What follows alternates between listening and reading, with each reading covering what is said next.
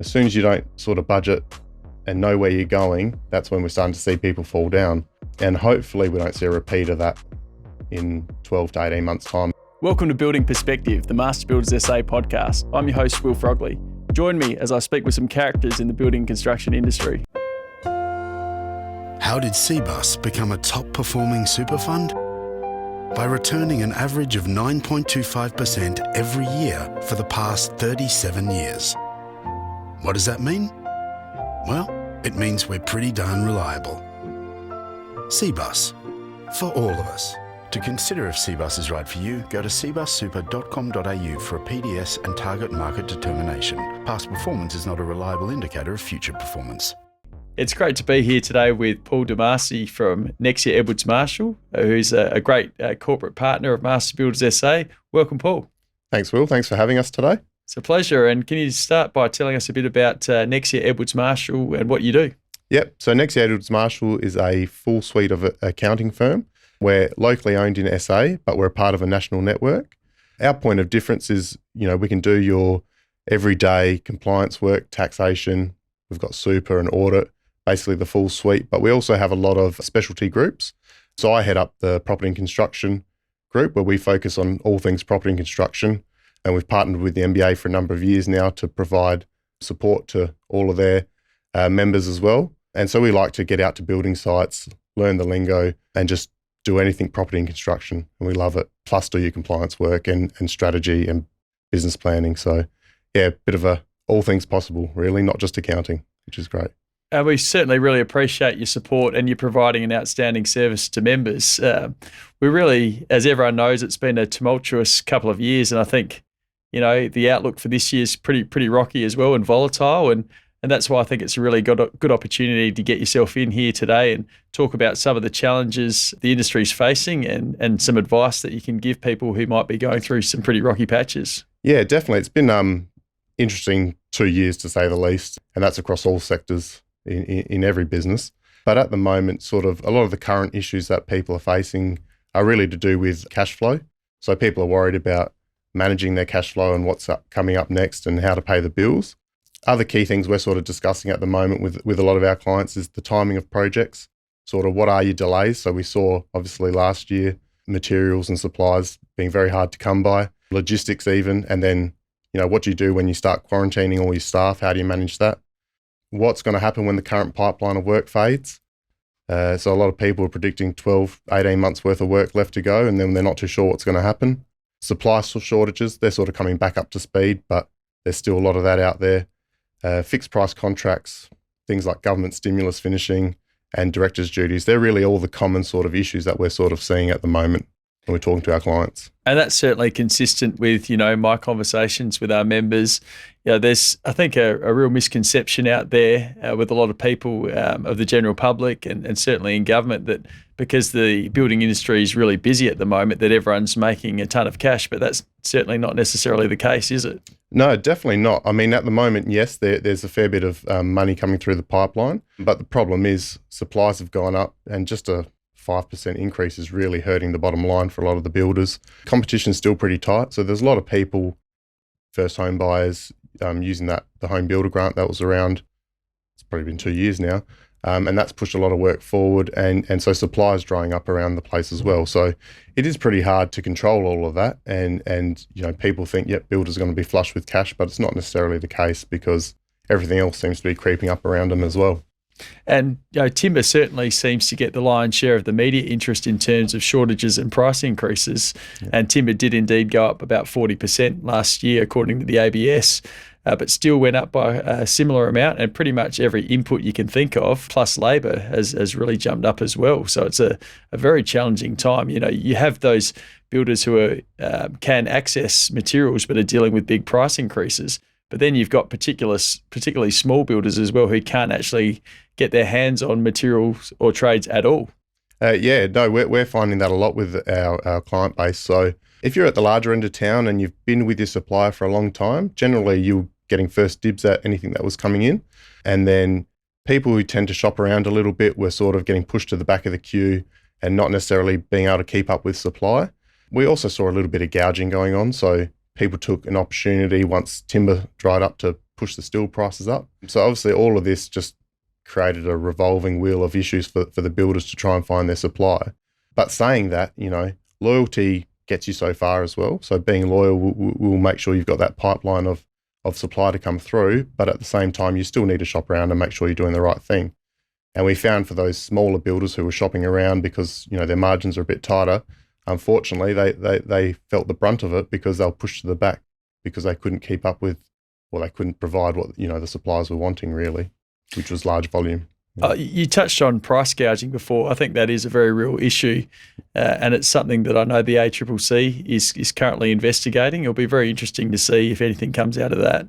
Oh, yeah, definitely. I think it's settled down a fair bit now as the market's coming back. However, the problem came down with a lot of that fixed price contracts where they couldn't then pass that on to the end user. And so as these builders are falling down with the cash flow, you might find the ACCC step in and start investigating further to make sure price gouging wasn't at play and it was literally just supply and demand issues at the time. Yeah, fixed price contracts are really pretty standard in our industry. A lot of people would like a rise and fall contract, but the problem is the banks generally don't want to lend if that's in place, right? Yeah, no, banks have, ever since the Royal Commission of a few years back, they've really tightened up. We are seeing a lot of the rise and fall clauses now in the contracts, and we're recommending builders are using those because we've seen too many fall on the other end when they haven't got the rise and fall. But yeah, banks, when you're talking about guarantees and security, they're just tightening up on every measure. So if you do need to increase your overdraft or get a bit of extra working capital, pretty tricky at the moment. The banks have this appetite. They want to give out more money, but at the same time, there are some loopholes that you need to jump through, which historically weren't there either. So what kind of advice are you giving your clients right now about how best to prepare yourself to navigate what's going to be a pretty volatile environment this year and beyond? Yeah, so it's, buckle up really with the cash flow. So try and be smart with that. Pay down your debts where you can. Try and stay on top of that because, once you start creeping past 30, 60, 90 days, things get a bit tighter. If you can, chip away at employee entitlements if you've got, full-time staff. Otherwise, if you've got excess subbies on the books, maybe, look at managing that a little bit better so you're not over-capitalising. Make sure you review quotes and your supplier contracts just to, like I said, shop around a little bit where you can, but keep in mind that loyalty was rewarded in the past. Think about your advertising spend and perhaps how you can differentiate yourself because, there are a lot of people who sort of do the same thing. And in the market where there are, the new home builders coming through and possibly some international rivals coming back soon, you want to stand out so that people can see your product and be able to use you. So maybe a little bit of advertising spend is good. As much as people probably don't want to spend right now, you do need to sort of reward those loyal staff as well. So it's been a tough couple of years, so keep supporting each other and making sure that we can just keep the good people around and get the jobs done so that when you are back in there, you're ready to go. I think one thing that the state government brought in, which was badly needed, is the requirement for builders to have proper financial training before they can start a building business. I think that was really badly needed because you cast your mind back a couple of years ago, there were about 12 builders who went under over the space of only about 18 months. Yep. Not one was a master builders member, but a lot of our subcontractors, unfortunately, were caught up in that. And what we saw time and time again is the issue where the builder was paid by the client. They went out and spent things perhaps on themselves, perhaps on a boat or a new vehicle or something like that. And then the bills came in and they couldn't pay them. So I think, thank God they've tightened that up because I think that was a really big issue for the industry. Yeah, no, that was definitely a welcome change. There were, and I don't want to talk ill of people, but some people who are earning a lot of money in other professions and then just engaging a builder with a license to work for them, not necessarily understanding the pressure that there is involved in building and project management. So they probably lost track of what was happening. And then at the same time, you've got all these young apprentices and builders coming through who go and do the same thing, might get caught up in the, I want to have that new Hilux or I want to have the fanciest tools and so forth. And they're sort of lacking the budget. And as soon as you don't sort of budget and know where you're going, that's when we're starting to see people fall down. And hopefully we don't see a repeat of that in 12 to 18 months' time again, once all this work is relieved. But I think, it was definitely a welcome change. And I know a few of my longer term builder clients have actually mentioned that and said, it's good because you can see some of the competition easing as well, and that you've got the right qualified people out there managing projects and building the houses. I agree with you on that 100% because, in the building industry, we really rely on confidence to build, and those headlines, I think, were a really bad look for the industry. Again, we provided that kind of training for our members for years, but it wasn't a requirement until fairly recently, and I think that has definitely cleaned the industry up a bit. Yeah, no, definitely. So, like I said before, very much a welcome change, and hopefully we'll see some, great bright sparks coming through as well, and continue to build on such a great industry that it already is. Probably now I'd like to just talk with you a bit about some of the government incentives that have been on the table recently. So obviously there's been a record stimulus spend as a result of the pandemic. One of the things, for example, has been the instant asset write-off, which I think is a fantastic benefit for the industry and a great way to stimulate the economy. The federal budget's coming up in March. I've heard that there's a possibility that might be extended. Do you think the uptake, there's enough awareness out there from people about that benefit and how good it is? Yeah, so, the benefit is good if you need to use it. That's the one key thing I like to tell my clients is if you do need to spend the money, then yes, spend it, but don't necessarily go out and buy that, a new car or the new tools purely for that tax write-off, because there's a couple little things that can trip you up. It does really just bring forward the deduction that you would have got over a number of years. And two, you're spending money to save your tax rate. And, I always like to say to clients, you're better off earning that money, paying the tax, because you're better off in your pocket. I did read last week that it is potentially going to be extended to 30 June 2023. However, if that's not in place and you do need to buy those assets, I would imagine we need to act pretty quick, because the current legislation is to end on 30 June 2022. And as we know, if you do need that new car or truck for your business, supply is really not out there at the moment. So, one of the criteria is you have to have the asset installed and ready for use to claim the deduction. So if there's a 6-month wait on a vehicle, you might not make the 30 June 2022 cutoff timeline either. So yes, it will be welcomed if it's extended, but it's also make sure there's that education. Like if you don't need to spend the money, don't necessarily do it, but it is a valuable tool and can save a lot of tax in the long run. Absolutely. And I know North Point Toyota, who's another one of our corporate partners, has just been overwhelmed with the level of demand they've had for Hiluxes out there. Obviously, being an MBA member, you get a great deal on that vehicle, but they're just selling them, hand over fist, to be honest. Yeah, and it's not even just the commercial vehicles. We were down there just the other day having a bit of a nosy, and yeah, everyone was saying 12-month wait on even just your RAV4s or your Prados and things like that. So yeah, it was amazing. Yeah, it's just and the other thing I find fascinating is how used cars are going up in value.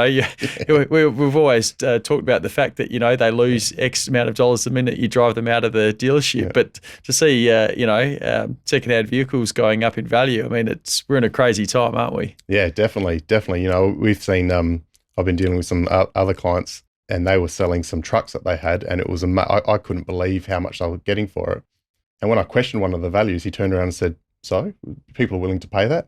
I said, "No, I know, I realised that, but this is brought in the 90s, this truck, and I was just surprised you got so much." But yeah, there's very much a strong demand for it. It's fascinating to see. Yeah, because I guess just like materials in our industry or trades or whatever it is, you've got, in some cases, record high demand coinciding with serious supply chain challenges. So it's for a lot of industries, it's really the perfect storm, isn't it? Yeah, definitely is. If you do rely on assets like that to run your business, you do need to make sure that you're planning for it all. Budget when you do need to replace your capital assets. So if you do need those new cars, make sure you start thinking about it now if there is a 12-month wait, because if that holds you up from getting to sites or having your project manager on different sites at different times, that could be detrimental to your business too. So that's all part of the planning that we need to see, where it's not just look at your numbers, also look at how everything's working and how that's going to affect your pipeline as you go.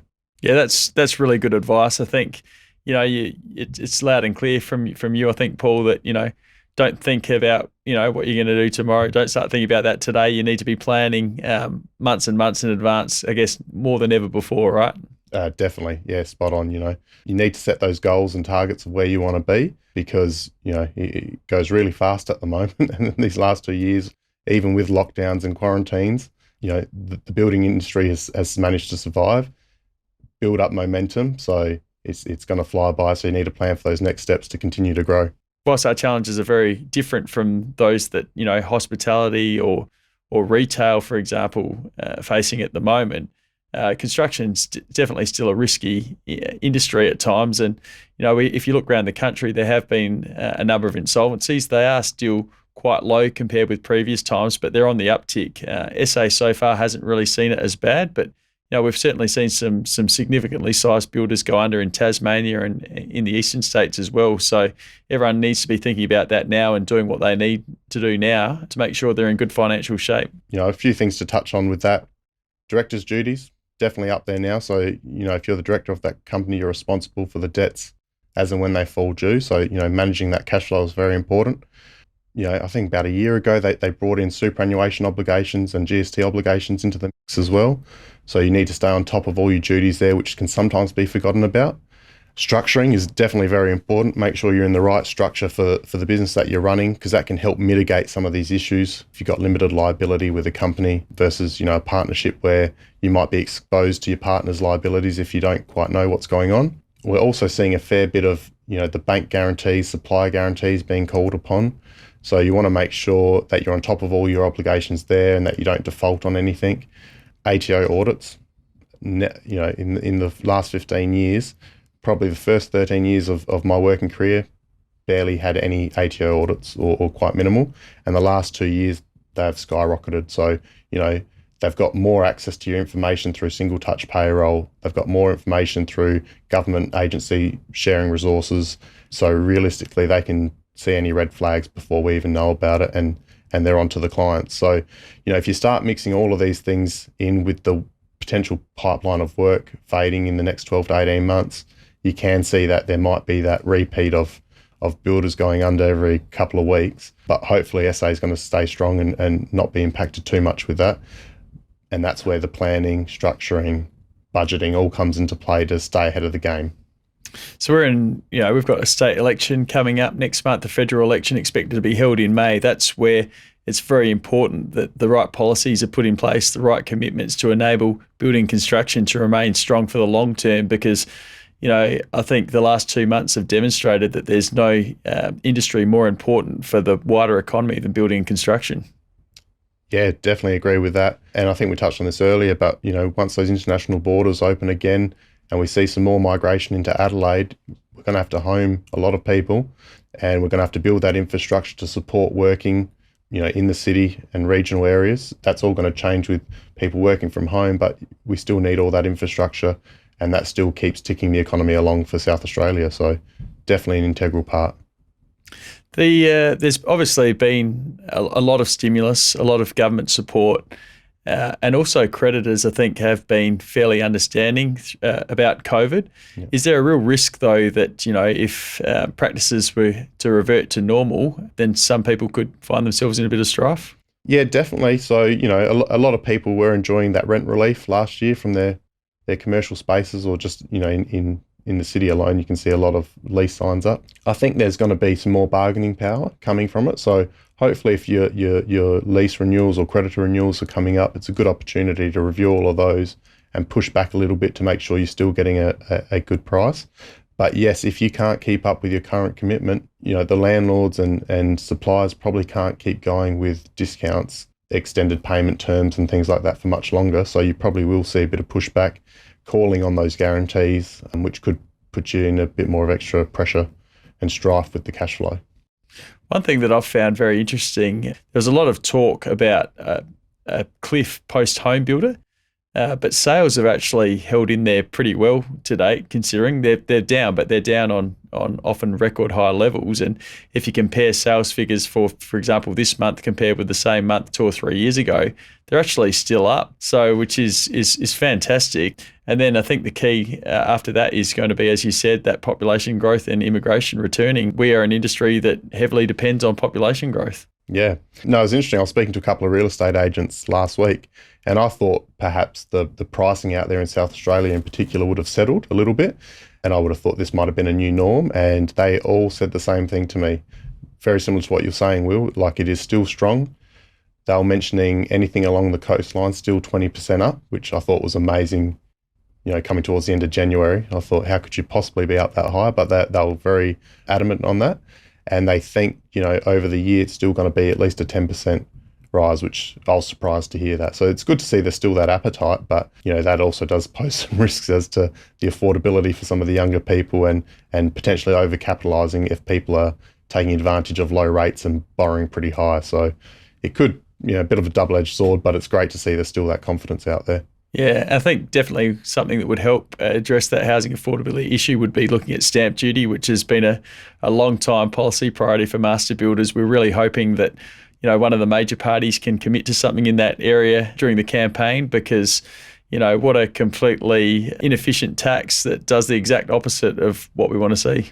It puts a lot of people off, especially if you've got excess land and things like that, or you want to do some developments. They had a crack at land tax a couple of years ago, so hopefully stamp duty can get some light now and maybe look at a bit of a revamp there. Some arguments have been said for doing a bit of an annual charge instead of a one-off levy every time, and that might encourage, maybe some of the, you might have a few of the older generation who are still on these big pieces of land that they might not be able to maintain properly. It might encourage them to sell down to others, and they might not get stung with the stamp duty when they buy. So yeah, there's definitely a bit of scope to look into that and revamp it. Yeah, I'd love to see something like the proposed New South Wales model here in South Australia. I think the biggest challenge with that is, whilst it will deliver massive benefits to the economy, that those benefits will take a while to actually appear. So it would take what my fear is that governments tend to think in terms of the electoral cycle, which is about 4 years. They'll take that short-term hit and they'll think they won't be around to get the kudos when the benefits of those reforms actually start to appear. So I'm hoping that we can have a party that's got the courage to do what's right for the long term, not just the short term. Yeah, definitely. And, it's a mindset thing as well. So changing the mentality of the buyers and sellers out there to know that it could potentially be a game changer if they do change something. It's always interesting when it comes to the politics behind it all. Absolutely. Yeah. Well, Paul, really appreciate you taking the time to come in and speak with us today. It's been very interesting, and definitely appreciate your support you're providing for master builders as well. So I hope the partnership can continue for many years to come. No worries, Will. Thank you very much. Thanks for joining me on Building Perspective. For more information on master builders or our guests, please visit our website at mbasa.com.au.